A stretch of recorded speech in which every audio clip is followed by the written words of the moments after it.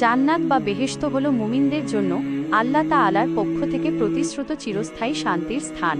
কুরআন ও হাদিসে এর অনেক বিবরণ এসেছে। নিচে কিছু তথ্য দেওয়া হলো। জান্নাতের কিছু মৌলিক তথ্য। জান্নাতের নির্মাণ। রাসূলুল্লাহ সাহা বলেছেন, জান্নাতের ইট হবে স্বর্ণ ও রৌপ্যের, গাঁথনি হবে মিশকের, নুড়ি বা কঙ্কর হবে মণিমুক্তা ও ইয়াকুত পাথরের, আর মাটি হবে জাফরানের। স্থায়িত্ব। জান্নাতে প্রবেশকারী ব্যক্তিরা চিরস্থায়ী হবে। সেখানে কোনো মৃত্যু নেই, বার্ধক্য নেই, পোশাক পুরনো হবে না। জান্নাতের দরজা। জান্নাতের 8টি দরজা রয়েছে।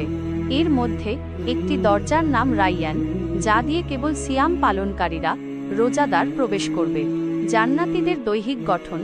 জান্নাতে প্রবেশকারী প্রত্যেক ব্যক্তি হযরত আদম এর ন্যায় 60 হাত লম্বা হবে। তাদের বয়স হবে অপরিবর্তনীয়। জান্নাতের নিয়ামতসমূহ। সুবিধা। জান্নাতে মুমিনদের জন্য অকল্পনীয় নিয়ামত রয়েছে, যা কোনো চোখ দেখেনি, কোনো কান শোনেনি এবং কোনো মানব হৃদয়ে কল্পনাও হয়নি। কিছু নিয়ামত হল পানীয় ও খাদ্য। সেখানে এমন সব নদী থাকবে যার পানি, দুধ, মদ, যা দুনিয়ার মদের মতো নয়, পানকারীদের জন্য সুস্বাদু ও ক্ষতিকর নয়, এবং মধুর স্বাদ পরিবর্তিত হবে না।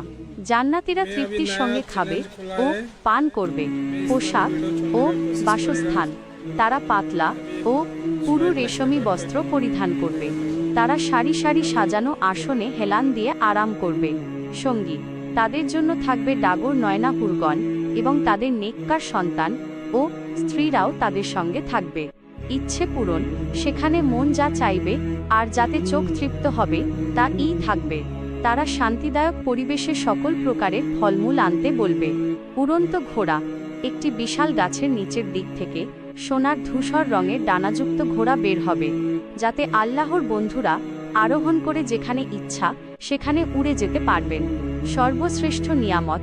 সবচেয়ে বড় নিয়ামত হল মুমিনরা সেখানে আল্লাহর দর্শন লাভ করবে, যা হবে সকল আনন্দের চাইতে শ্রেষ্ঠ।